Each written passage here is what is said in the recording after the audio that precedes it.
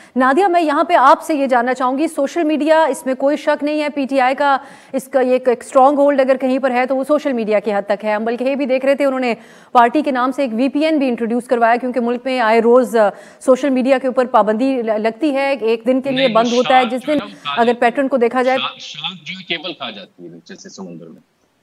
हाँ, shark shark की timing भी कुछ ऐसी होती है जिस दिन पीटीआई की है सरगर्मी हो।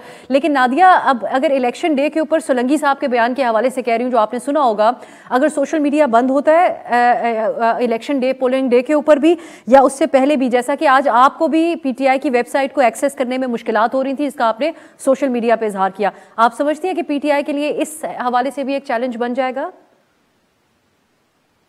यकीनन बनेगा अफसा, बिकॉज वो सोशल मीडिया को ज्यादा इस्तेमाल कर रहे हैं।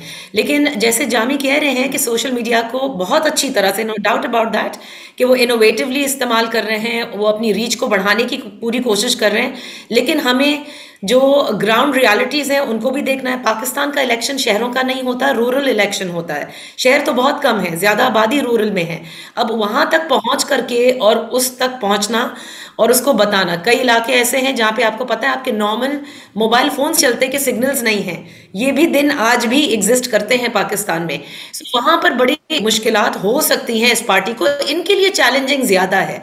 जबकि पाकिस्तान मुस्लिम लीग नून हो, पाकिस्तान पीपल्स पार्टी हो, इनके लिए ये चैलेंज इसलिए नहीं है क्योंकि आज तक इनको एक नया बयानिया बनाना आया नहीं है, या अपने बयानिए को अच्छी तरीके से सोशल मीडिया के लिए किस तरह से इस्तेमाल करना है वो भी नहीं आया। मतलब आप देखें कि इन तमाम पॉलिटिशियंस में से अगर एज वाइज आप देखें तो सबसे ज्यादा यंग जो हैं वो पाकिस्तान पीपल्स पार्टी के चेयरमैन हैं।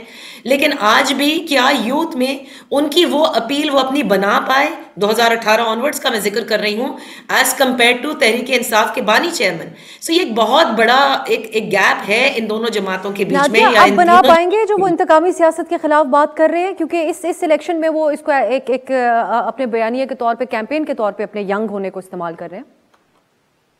देखिए, ये बड़ा इंपॉर्टेंट है अब साहब का सवाल।